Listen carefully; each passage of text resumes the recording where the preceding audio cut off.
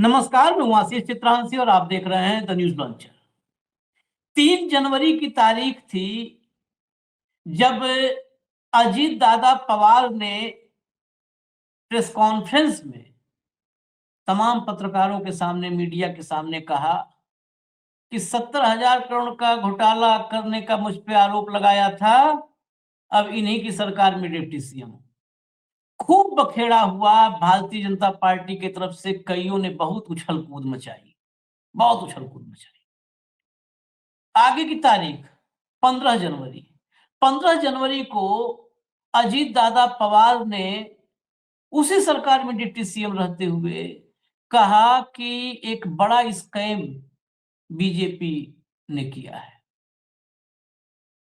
Irrigation, सिंचाई से जुड़ा हुआ, अब उसका पूरा डिटेल तो नहीं आया, लेकिन उन्होंने एक बड़े स्कैम की तरफ इशारा किया। हेडलाइंस लगी महाराष्ट्र में, अगर चर्चा में और हो सकता है डिटेल कुछ आगे मिले, भाव के पास हो तो काफी चर्चा होगी कि बीजेपी ने स्कैम किया है। 15 तारीख, फिर 23 तारीख, 23 जनवरी, आज 28 तारीख में हम हैं। 23 तारीख को संजय राउत ने एक प्रेस कॉन्फ्रेंस की और संजय राउत ने बोला कि अजीत दादा पवार जल्द ही महाविकास अघाड़ी का हिस्सा होंगे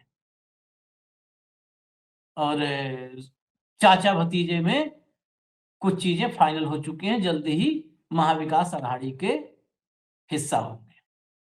28 फरवरी अजीत दादा पवार अब नहीं है हमारे बीच, प्लेन क्रैश में निधन हो गया।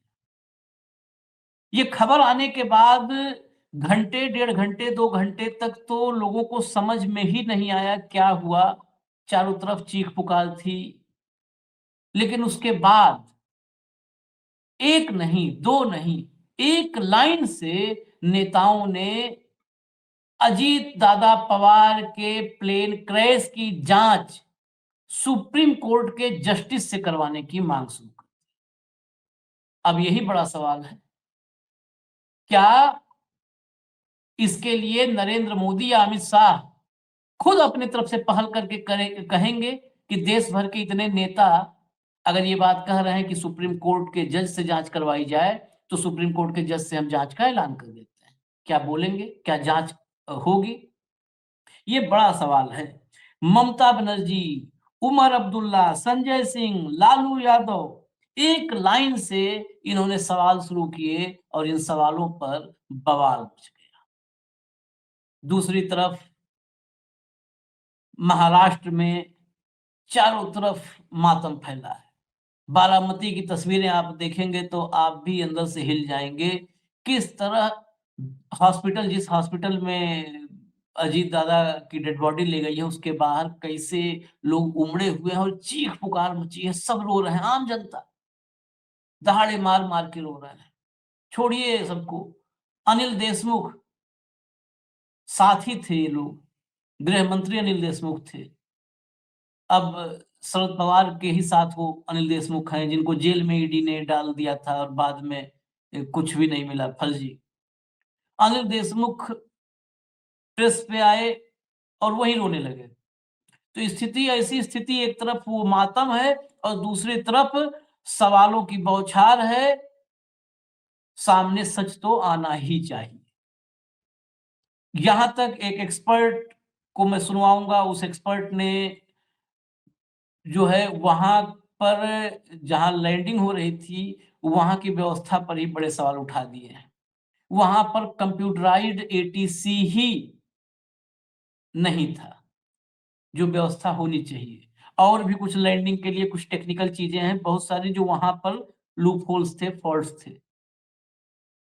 भाऊ को लाइए, फिर खबरों में चलते हैं। बहुत सारी डिटेल भाऊ के पास है। स्वागत है भाऊ। पहले, सबसे पहले जरा दिखाइए जरा बारामती की तस्वीरें।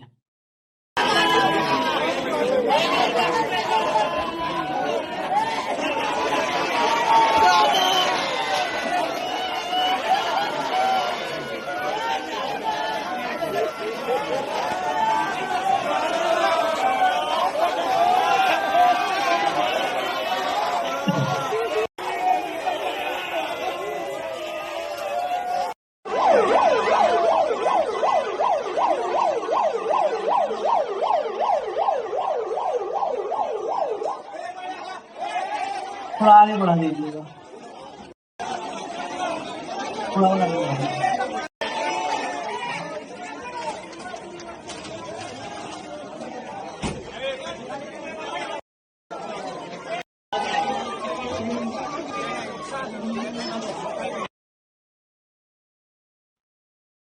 ये है, बहुत सारे ऐसे बहुत सारे फुटेज हैं, लेकिन पूरा फुटेज क्योंकि सब में रोना बिलखना, दहाड़े मार मार के लोग रो रहे हैं।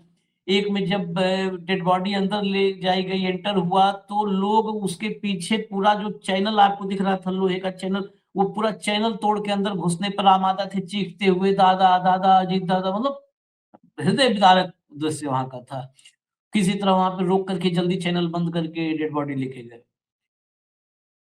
मैं अगर इसी समय थोड़ा-सा आगे लगा है, लेकिन अगर वो एक अनिल देशमुख हैं, उनको भी अगर इसी समय लगा के सुना दें, उनको भी तो ज़्यादा बेहतर होगा। अनिल देशमुख को हाँ, महाराष्ट्राचे मुख्यमंत्री अजित पवार यांचं निधन झालेलं आहे अपघाती, काय सांगाल? दादा गेले तर काय म्हणलं ते? अजूनही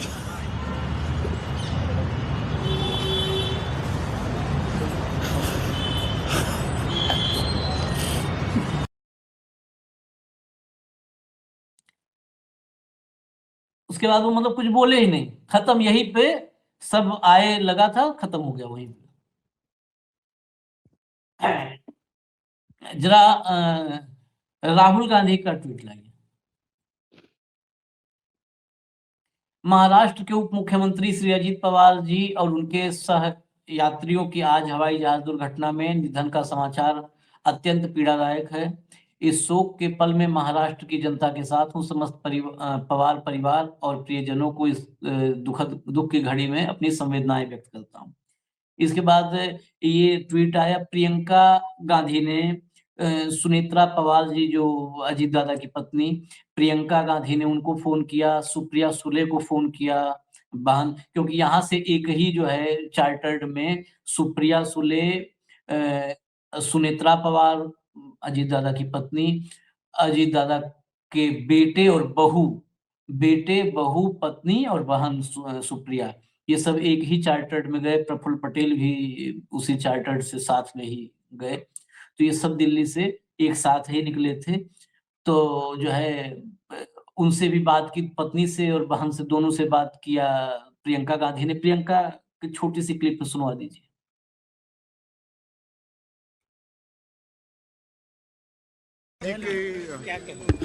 जी, बहुत ही दुखद समाचार है और समस्त पवार परिवार और जितने भी समर्थक हैं उनको हमारी तरफ से संवेदना और शोक। मैंने बात की सुप्रिया जी से भी और उनकी मिसेस से भी। इसके बाद संसद भवन में ही, क्योंकि राहुल संसद परिसर पहुंचे हुए थे, वहीं पर आज नितिन गडकरी भी थे। अब देखिए यही सब, मैं तो कहता हूँ राजनीति ऐसे ही अगर हो तो हमें कार्यक्रम करने की शायद जरूरत न पड़े।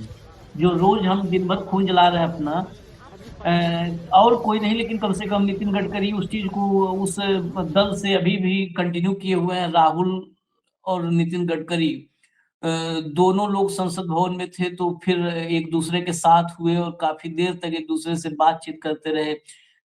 जो भी भाई, गडकरी जी महाराष्ट्र से हैं, 40 साल से भी मैं सुनवा रहा हूँ, 40 साल से उनके संबंध अजीत दादा से रहे हैं। तो वो बहुत सारी बातें होंगी उन पे कि क्या है आगे का, क्या कार्यक्रम होता है, कुछ हो सकता है उस बारे में, क्या आपके यहाँ रीति रिवाज महाराष्ट्र में कैसे है, आगे क्या होगा, वो सारी बातें कर रहे थे। जरा नितिन गडकरी को सुनवा दीजिए।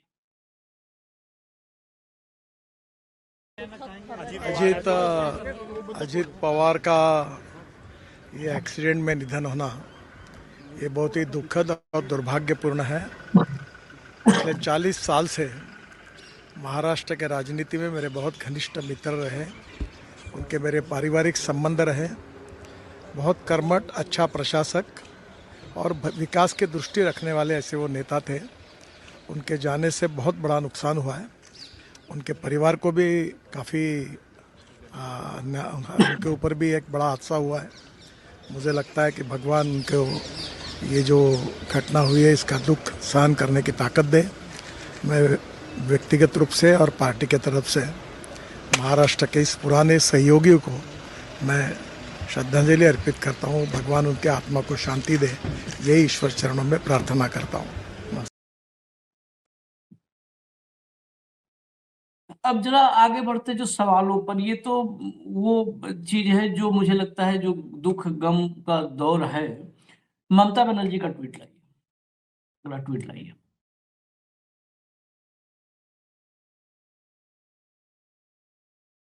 Deeply shocked and stunned by the sudden demise of Ajit Pawar, the Deputy Chief Minister of Maharashtra and his co-passenger have died in a disastrous plane crash at Baramati today morning, and I am feeling a deep sense of loss. My condolences to his family, including his uncle Sharad Pawar ji and late Ajit ji, all friends and followers. The incident needs proper investigation. ये सुबह हादसे की जानकारी आने के 1 घंटे के भीतर ट्वीट आता है, लेकिन उसके बाद सुनिए जरा ममता बनर्जी को। इस ट्वीट में वो कोई अभी वो भाव नहीं है जो बाद में उनका इस पर संदेह और क्रोध दोनों आया है, और शोक, क्रोध, संदेह सब। जरा ममता बनर्जी को सुनिए।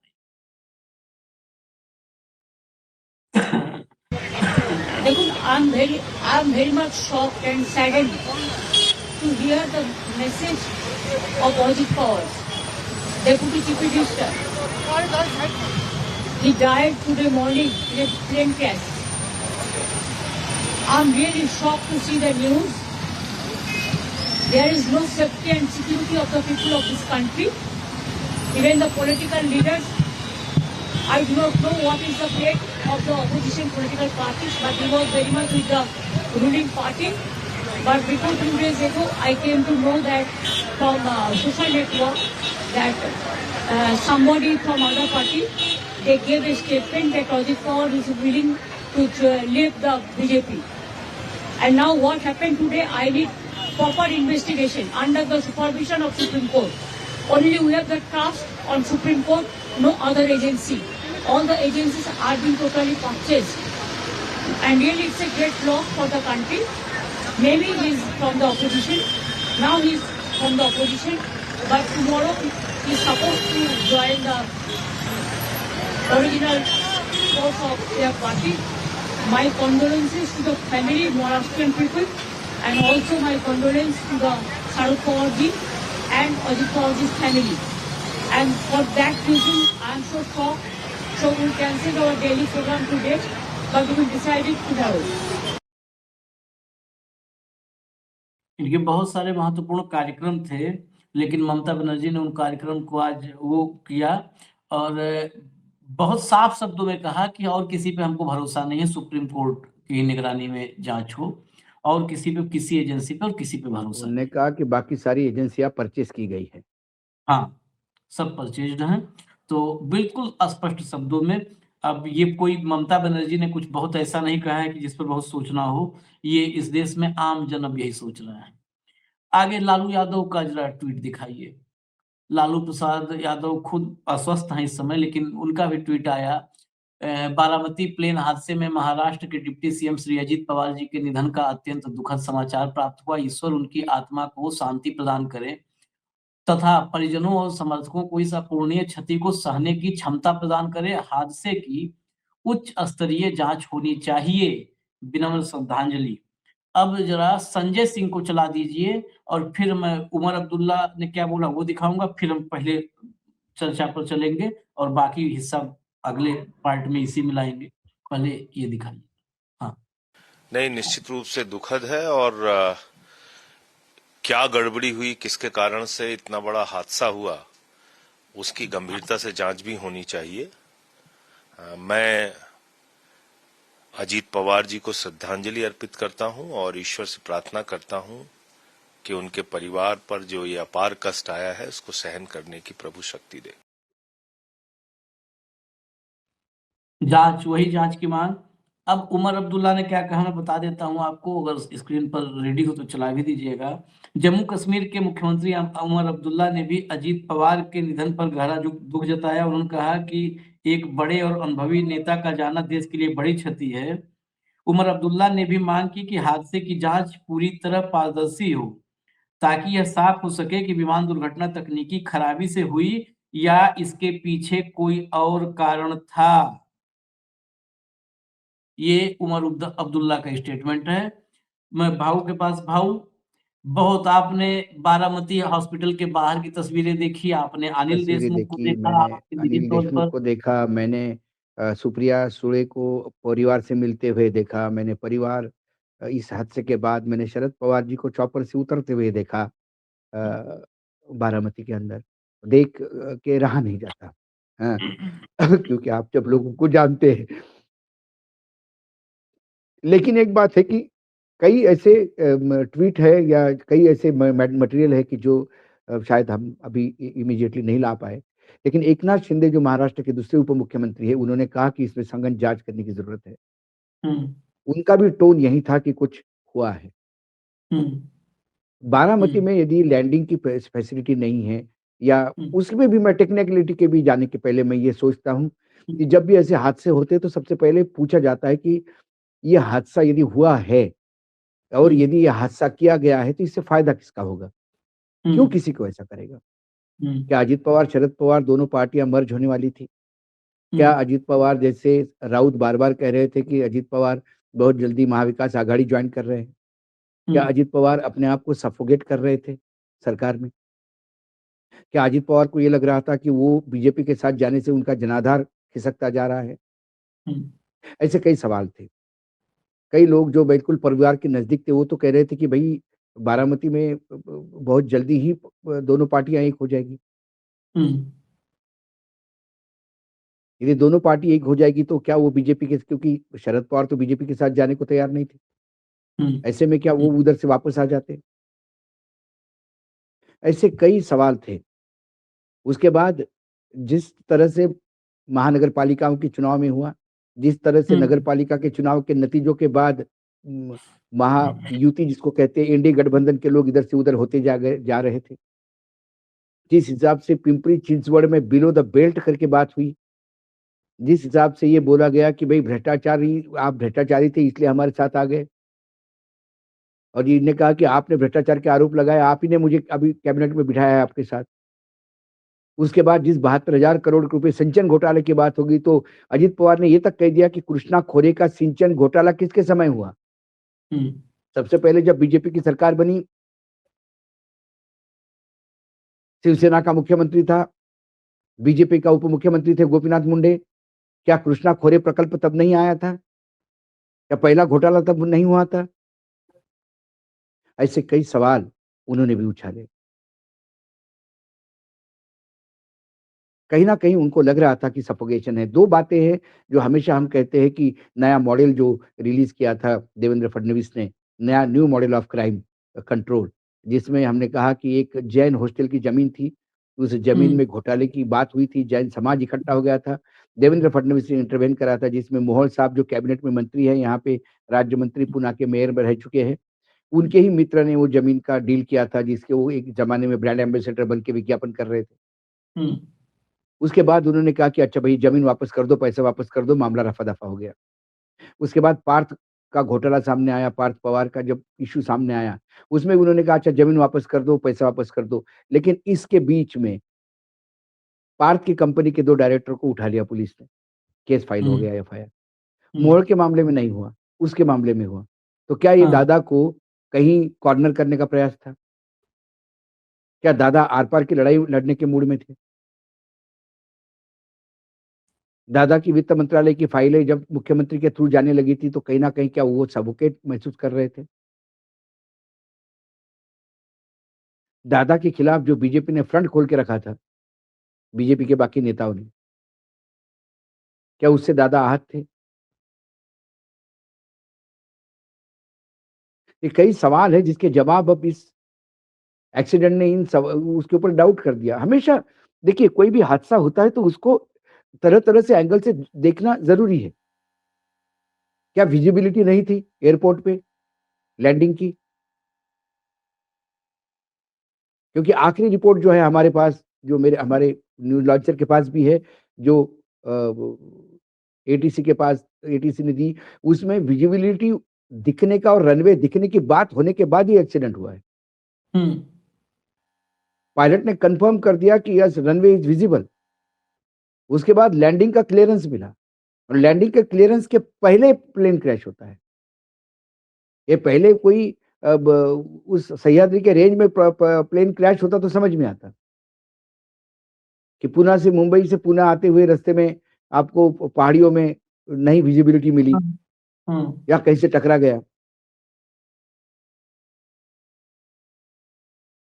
क्या ये प्लेन जो होते हैं वो फ्लाइंग के वर्दी होते हैं क्या? क्या इनकी, क्योंकि इसी कंपनी का ये जो कंपनी जो है, इस कंपनी का एक जो ट्वीट आया था एक पत्रकार का, वो तो कहता है कि कोई फोन भी नहीं उठा रहा इनका आदमी। दिखाई देता हूँ ट्वीट दिखा देता हूँ। आवेश ट्वीट दिखा, तिवारी का ट्वीट है, आवेश तिवारी वाला ट्वीट दिखा दीजिए, तो ट्वीट दिखा दीजिए और फिर वो फोटोग्राफ भी। अजीत दादा जिस एयरक्राफ्ट के क्रैश होने की वजह से मरे हैं, मैं उसी को इन्वेस्टिगेट कर रहा था। ये पत्रकार आवेश तिवारी इसी के, और पहले से जिस विमान जो है लेयर जेट 45 XR ने उनकी जान ली, वो तो मुंबई एयरपोर्ट पर महज 2 साल पहले सितंबर 23 में बुरी तरह दुर्घटनाग्रस्त हुआ था, जिसमें 3 लोग घायल हुए थे।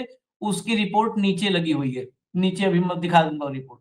तमाम खामियों के शिकार इस सीरीज के विमान को फिर से उड़ान की अनुमति कैसे दी गई, किसने दी, डीजीसीए क्या कर रहा था? जो जानकारियां मिल रही हैं कि जिस ऑपरेटर वीएसआर वेंचर्स का यह जहाज है, वह पुराने रद्दी किस्म के विमानों को वीवीआईपी ड्यूटी में लगवाती रही है। दिल्ली के महिपालपुर में इसका ऑफिस है, कई बार फोन कर चुका हूं, न इसका मालिक कैप्टन रोहित सिंह अपना मोबाइल उठा रहा, न इसके ऑफिस का कोई बंदा फोन उठा रहा। अजीत दादा के मौत की सही जांच बहुत जरूरी है। ये है, और जो मुंबई एयरपोर्ट पर हादसा हुआ था इस विमान का, उसकी रिपोर्ट भी ये साथ में आवेश ने लगा रखी है। ये देखिए, ये रिपोर्ट उसकी है। तो ये बहुत सारे सवाल जो भी भाव ने कहे, ये सवाल हवा में नहीं है, इनके नीचे, इन सवालों के नीचे धरातल है, और मजबूत धरातल है, तब सवाल उठ रहे हैं। जो पिछले 1 महीने में महाराष्ट्र की राजनीति जिधर मुड़ी है, जिस तरह महाराष्ट्र की राजनीति में गठबंधन तो कहने के लिए था कि हाँ गठबंधन है, लेकिन उस गठबंधन में लठबंधन कहते हैं ना, गठबंधन से ज्यादा लठबंधन नजर आ रहा था कि एक दूसरे पर जुबानी हमले से लेकर के और एक दूसरे छीटा कसी मारपीट क्या नहीं हो रहा था इन चुनावों में। लगातार चुनाव वहां जारी है। अभी भी अजीत दादा जिला परिषद के चुनाव में जो है वो कैंपेन करने के लिए ही वहां जा रहे थे। जो बारामती का उनका कार्यक्रम था, वही कार्यक्रम था। मैं कुछ और बाइट सुनावा देता हूँ भैया, कुछ और सुना दीजिए, जो बाकी रिएक्शन है वो भी आना जरूरी है। आज सुबह मैंने वो सब टीवी पे देखा एकदम से, और वास्तव में बहुत धक्का लग गया। एक अनहोनी जैसी ये घटना है महाराष्ट्र के राजनीति में, और केवल राजनीति में नहीं, मैं कहूँ सामाजिक इसमें भी एक अच्छा व्यक्तिमत्व था। सबके साथ उनके संबंध अच्छे थे। मैं जो जानती हूँ, मैं व्यक्तिगत बहुत कम जानती हूँ उनको। वैसे शरद पवार जी ज़रूर मैं ज़्यादा जानती हूँ उनको। और दिल्ली में मैं रकाबगंज रोड पे रहती थी, तो मेरे पड़ोस में ही शरद पवार जी रहते थे। उनके यहाँ मेरा आना जाना भी होता था। वो मुझे बहन जैसा ही मानते थे। सुप्रिया सूले मेरे साथ पार्लियामेंट में थी।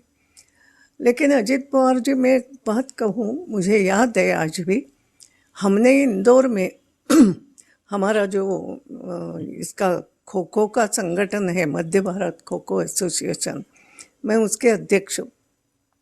और उस समय हमने इंदौर में खो खो का इंडोर स्टेडियम भी बना दिया, हमें आईडीए की मदद से करा था। और फिर हमने धीरे धीरे अखिल भारतीय यहाँ पर मैचेस करवाए, और हमने एशियन टूर्नामेंट्स इंदौर में करवाई थी। उस समय बहुत मेहनत करी थी, क्योंकि वो गद्दे पे जैसा वो इस पर होती है वो, और हमने वो सब हमारे यहाँ सुविधा उपलब्ध भी कराई थी, हॉल भी अच्छा। और वो टूर्नामेंट्स इंदौर में बहुत अच्छी हुई थी। और उस समय अजित दादा जो थे वो महाराष्ट्र के शायद खो खो एसोसिएशन के कुछ प्रमुख थे, और वो वहाँ बैठ के वो टूर्नामेंट्स देख रहे थे, क्योंकि डीडी पे हम वो सब उसका टीवी पे ये हो रहा था। और उन्होंने खुद हो के मुझे फ़ोन लगाया और कहा मुझे कि सुमित्रा ताई, आपने तो कमाल कर दी, आपने इंदौर जैसे शहर में जो हम नहीं कर पाए वो आप इंदौर में कर पाई। एशियन टूर्नामेंट खो खो जैसा, उस समय खो खो को आप जानते हैं आज भी क्या है स्थिति। तो आपने ये सब करके दिखाया, मुझे बहुत बहुत आनंद हुआ। ये खुद होके हमारी बातचीत हो गई। मैंने कहा नहीं, आप तो बहुत संभाल रहे हो, बहुत बाकी चीज़ें संभाल रहे हैं। तो इतना ही मेरा उनका, मगर मुझे ये उनकी जो सादगी थी कि वो तो मेरे उस समय अच्छे बड़े नेता थे इसमें महाराष्ट्र के, लेकिन खुद होके उन्होंने जो बधाई दी, तो इससे उनका स्वभाव दिखता था। और बाद में भी मैं महाराष्ट्र की राजनीति केवल वॉच करती हूँ, और उस समय ऐसा लगा कि अभी जैसा उन्होंने फिर से अपने काका से सामंजस्य बिठाया, तो ये जो सामंजस्य का स्वभाव था, यानी एक समझदार व्यक्तिमत्व मैं उनको मानती हूँ। राजनीति में समझदारी से चलते ये थे। सुमित्रा ताई भी कह रही हैं कि काका से सामंजस्य बिठाया, और यही पे तो तमाम सवाल खड़े हो रहे हैं। सवाल वही थे कि देखिए, अजित पवार एक तूफान था, महाराष्ट्र की राजनीति में एक तूफान था। उस तूफान को कंट्रोल करना किसी के बस की बात नहीं थी सिवाय शरद पवार के। वो कैसे बीजेपी के साथ गए वो मैंने कई बार पहले भी इसका जिक्र किया है। ऑफ द रिकॉर्ड जो बात वो कर गए, जो ऑन द रिकॉर्ड अब लेना पड़ रही है, क्योंकि मुझे लगता है कि उस व्यक्ति के जाने के बाद कम से कम जो एक बदनामी का उसके ऊपर टीका है, वो इससे शायद यदि मेरे ये बोलने से यदि कुछ थोड़ा-सा कम पड़ गया, तो लगता है कि चलो एक मैंने भी, क्योंकि जब तक वो थे तब तक ये बोलना ठीक नहीं था, क्योंकि उन्होंने बहुत ही निजी विश्वास के साथ ये बात कही थी। लेकिन वो कंट्रोल में तो बीजेपी के भी नहीं थे, ना अमित शाह के थे। हम्म, सारा दर्द यही था। यदि कंट्रोल में होता तो पुणे पिंपरी चिंचवड़ में ये बात ही नहीं होती। यदि कंट्रोल में होता तो 15 जिला परिषद में मेरे चाचा के साथ ही मिलकर लड़ूंगा, ये वाली बात नहीं होती।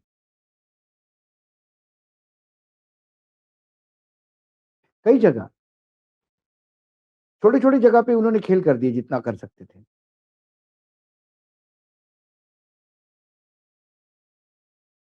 इकलौते, मतलब इस अलायंस में इकलौता आदमी जो जो कहते हैं ना कि सब के सब सरेंडर मुद्रा में घुटनों पर, ये घुटनों ना पर अजित दादा अपने गठबंधन टर्म्स में पे रहे। है। बाकी सब बीजेपी के टर्म्स पे गठबंधन में है। ज्यादातर बीजेपी के साथ गठबंधन बीजेपी अपने टर्म्स पे करवाता है।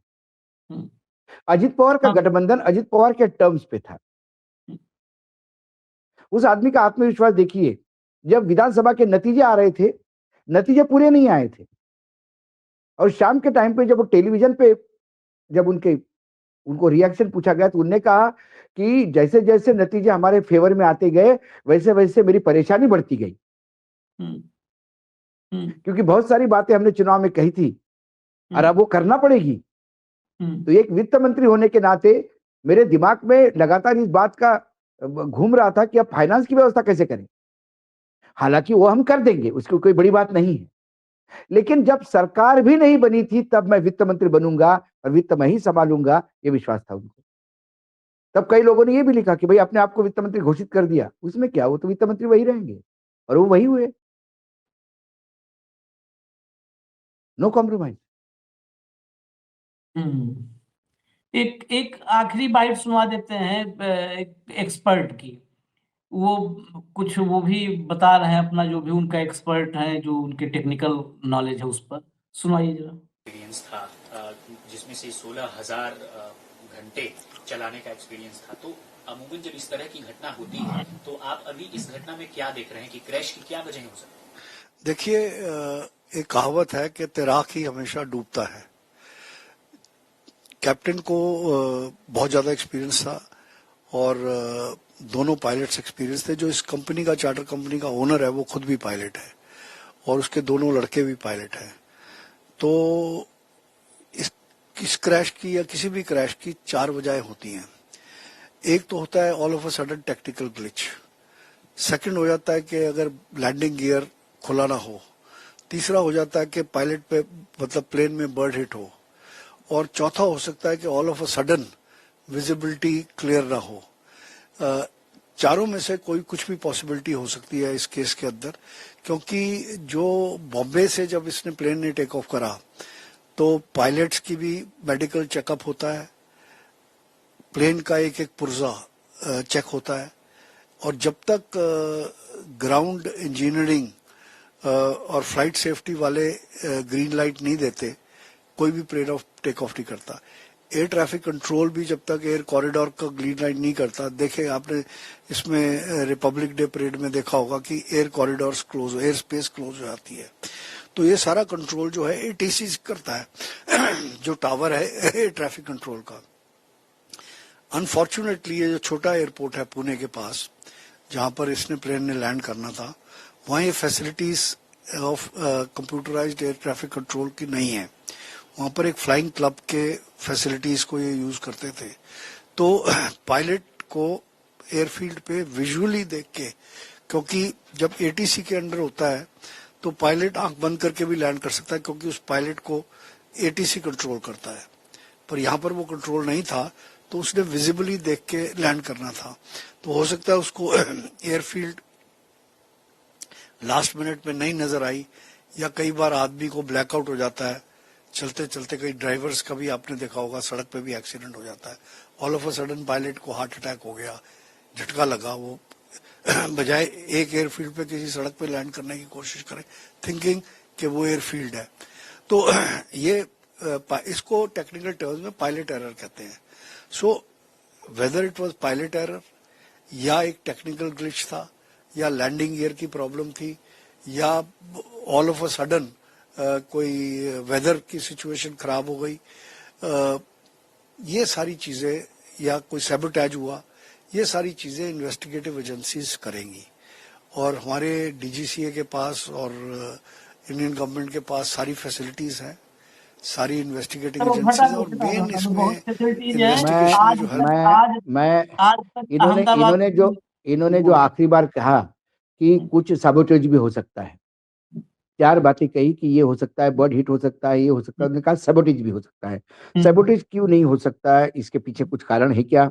मैं आपको point by point, minute by minute कैसा लैंडिंग हुआ, इसका जो डिटेल्स मेरे पास जो आया है एटीसी से, जो मेरे सोर्सेज से, वो अंग्रेजी में है, उसका मैं हिंदी में आपको बता दूंगा। On 20 January 2026 the aircraft VISSK first came in contact with Baramati at 8.18 IS। मतलब ये जो प्लेन है, ये बारामती के कांटेक्ट में 8:18 पे आया। The aircraft next call was at 3:30 AM inbound to Baramati and they were released by Pune approach. Pune airport से जब जाता है तो पुणे एटीसी से इन्होंने कांटेक्ट टच होता है, पुणे एटीसी ने इनको बारामती के लिए ओके कर दिया, वो बारामती के लिए अप्रोच हो गए। They were advised to descend in visual meteorological conditions at pilot's discretion। उनको ये बोला गया था कि आप अपनी कंडीशन देख के खुद निर्णय लेके लैंड करिए, नहीं तो वापस पुणे भी जा सकते थे। ठीक है। The crew inquired about wind and visibility and they were informed that the wind was very calm and the visibility was around 3000 meters। Crew ने पूछा कि हवा का बहाव कैसा है और विजिबिलिटी कैसी है, तो उन्हें नीचे से इंफॉर्मेशन नहीं मिली। विजिबिलिटी 3000 फुट की है, 3000 फुट की विजिबिलिटी बहुत बढ़िया विजिबिलिटी मानी जाती है, और हवा बिल्कुल शांत है। The next aircraft reported on the final approach on runway 11 and the runway was not in sight to them. They integrated to go around the first approach. उन्होंने जब एयरक्राफ्ट अप्रोच किया रनवे के लिए तो उनको रनवे 11 नंबर दिख नहीं रहा था, उन्होंने कहा दिख नहीं रहा, इसलिए उन्होंने एक राउंड मारा। ठीक है। After go around the aircraft was asked about the position and the crew reported to the final approach on runway 11। जब वो एक राउंड मार के वापस आ गए तो फिर नीचे से पूछा गया कि अब आप कहाँ हैं, आपका लोकेशन कहाँ है। उन्होंने कहा कि हम फाइनल अप्रोच जो रनवे 11 है उसके लिए आ रहे हैं। रिपोर्ट रनवे इन साइट। जब नीचे से उनको आ गया कि जब आपको रनवे दिखेगा, क्योंकि आपको आंखों से देख के रनवे पे उतरना है, रिपोर्ट रनवे इन साइट, जैसे ही आपको रनवे दिखेगा आप हमको रिपोर्ट करिए। They replied runway is currently not in site. उन्होंने कहा कि अभी तो हमको रनवे दिख नहीं रहा है। Will call when runway is in site, जैसे ही रनवे दिखता है हम आपको बता देंगे। उसी की कुछ सेकंड बाद उन्होंने कहा कि runway is in sight, runway दिख रहा है। The aircraft was clear to land on runway 11 at 8:43 IST। Ultimately 11 नंबर के रनवे पर, मैंने 11 उसका एक ही स्ट्रिप है वहां पे, तो उसको 11 नंबर दिया होगा। उसमें उनको 8:43 पर उनको लैंडिंग के लिए क्लियरेंस दिया गया। However they did not give readback of the landing clearance. लेकिन जब लैंडिंग क्लियरेंस आपको दी जाती है तो उसको कॉपी करके बताते हैं। यदि मैं कहूंगा कि yes Ashish ji you landing is cleared, तो आप ओके कहोगे, कुछ कहोगे, लेकिन आपने कोई रिस्पॉन्स नहीं दिया। Next the ATC saw a flame around a threshold of runway at 8:84। 8:43 को इन्होंने कहा कि रनवे लैंडिंग के लिए क्लियर है, लैंड। और उसके बाद उसको कोई रिप्लाई नहीं आया बैक। 8:43 1 मिनट बाद उन्होंने वहां पे बिल्कुल रनवे के पहले आग का डोम देखा। ठीक है। The emergency services then were rushed to the crash site. The wreckage of the aircraft is located on the left side of the runway beam threshold of RW11। जो रनवे है 11 नंबर का, उसके लेफ्ट साइड पे बिल्कुल runway के पहले खेतों में वो डेब्रिज मिला। AAIB has taken over the investigation. DG AAIB is reaching the accident site for investigation. Further details of the same and when available will be shared। एक कॉरेस्पॉन्डेंस है कि कैसा रनवे क्लियर हुआ। इसका मतलब एक बात ये हो गई कि रनवे उसको दिख नहीं रहा था। पहला राउंड मारा, दूसरे राउंड में उसको रनवे दिखा। रनवे दिखने के बाद जैसे ही बोला लैंड हो जाओ, लैंड होने के पहले क्रैश हुआ। तो रनवे दिखने के बाद और लैंड होने के बीच में 1 मिनट में क्या हुआ। एक चश्मदीद गवाह है जिसका जिक्र आप कर रहे थे आशीष जी, मुझे लगता है उसकी बात करें तो थोड़ी सी और क्लियर आ जाए। बाइट है, उसने कहा कि वो चश्मदीद जिसने देखा था ये हादसा होते हुए, कहा कि बिल्कुल लैंडिंग के लिए, बिल्कुल जो प्लेन लैंडिंग करने वाला था और 100 मीटर के आसपास बचा था। 100 मीटर बहुत कम होता है फ्लाइट लैंडिंग में, 100 मीटर के आसपास बचा था और एकाएक वहां से 100 मीटर से एकाएक सीधे धड़ाम नीचे गिर गया और उसके बाद 5 धमाके हुए, 5 विस्फोट हुए। और फिर ये दौड़ा दौड़ा गया वहां तक, जो गया था उस आदमी की बात बता रहा हूं। फिर कहा कि हम लोग वहां दौड़े दौड़े गए तो देखा तो पूरा का पूरा सब जल रहा था, चारों तरफ, मतलब पूरा टुकड़े टुकड़े हो गए थे और जल रहा था, क्योंकि गिरा और 5 धमाके हुए। अब ये भी दिख गया। हवा की बात कर रहे हैं, सवाल ये है, हवा शांत थी, पॉइंट नंबर 1। तो कोई ऐसा हवा का झोंका नहीं था या हवा का रिसिडस नहीं था। 3000 फीट का क्लियरेंस था। यदि ये कहता है 100 फीट तो हम इसको 500 फीट भी माने। तो 500 फीट पे ऐसा क्या हो गया कि दोनों इंजन एकदम बंद पड़ गए और ये एकदम क्रैश हो गया, नीचे वर्टिकल गिर गया। क्या प्लेन मोशन में होने के बाद ग्लाइड नहीं हो सकता? ग्लाइड हुआ था क्या, या ग्लाइडिंग होते हुए नीचे जमीन पे रनवे के पहले ही कहीं जमीन पे क्रैश हुआ, या एकदम धमाक से गिरा? धमाक से गिरा तो क्या किसी विस्फोट के कारण गिरा या गिरने के बाद विस्फोट हुए? ऐसे कई चीजें हैं जिस सवाल का जवाब अब DGCA की इस इंक्वायरी से ही बाहर आएगा। नहीं, क्या आएगा बाहर इंक्वायरी से? इंक्वायरी तो अहमदाबाद अभी हो ही रहा है ना, क्या बाहर आया? अहमदाबाद की इंक्वायरी हो ही रही है, उसके भी कुछ बाहर नहीं आए। पायलट को डिफेम करने वाली फर्जी की रिपोर्ट्स के अब तक क्या बाहर आया? देश पूरा इंतजार कर रहा है और हमारा देश तो भूल भी जाता है, बहुत जल्दी तो भूल भी गया है। वो जितना था उसी समय 2-4 दिन हमने सवाल किए, 2 लोगों ने बड़ा वो किया, ये है वो है। अब किसे याद है अहमदाबाद में कौन कौन मरा था, कितने लोग मरे थे? अब तो विजय रूपाणी का, लेकिन महाराष्ट्र की volatile political situation, Ajit Pawar का एक मेजर प्लेयर होना, अजित पवार का के बारे में दोनों पार्टी एक होकर नया स्टैंड लेने की बात की खुशबुजाहट होना, और उसी के बीच ये प्लेन क्रैश होना, ये कई सवालों को जन्म देता है। शक तो होता है आशीष, शक तो होता है। मैं ये नहीं कहता कि कुछ कॉन्स्पिरेसी ही हुई होगी, लेकिन नहीं हो गई होगी, ये ग्राउंड भी नहीं है मेरे पास। नहीं हुई होगी, ये ग्राउंड भी नहीं है मेरे पास सोचने में। चलिए, अब तो देख रहे हैं, अब तो ऐसा जिस तरह से लोग डिमांड कर रहे हैं, जांच देखना है सरकार के ऊपर कि सरकार ऐसे इतने, जब इतना डाउट है एक बड़े नेता के प्लेन क्रैश को लेकर के, तो क्या वही डीजीसीए के जांच के भरोसे रहती है, या लोगों की जो डिमांड है तमाम विपक्षी दलों की, उस डिमांड पर जांच बिठाई जाती नहीं, है? अपने यहाँ डीजीसीए तो खुद भगवान भरोसे है। डीजीसीए हाँ, खुद भगवान वो क्या भरोसे है। जांच करेंगे? वो सुबह आके अगरबत्ती लगाते हैं और प्रार्थना करते कि आज कुछ नहीं हो जाए, बस भगवान भरोसे है। डीजीसी अपना काम अच्छा करती तो ये अहमदाबाद का भी मतलब बहुत सारे हादसे टले जा सकते थे। क्या करें? चलिए, इजाजत दीजिए हमें। धन्यवाद भाऊ, बहुत बहुत धन्यवाद। नमस्कार। नमस्कार।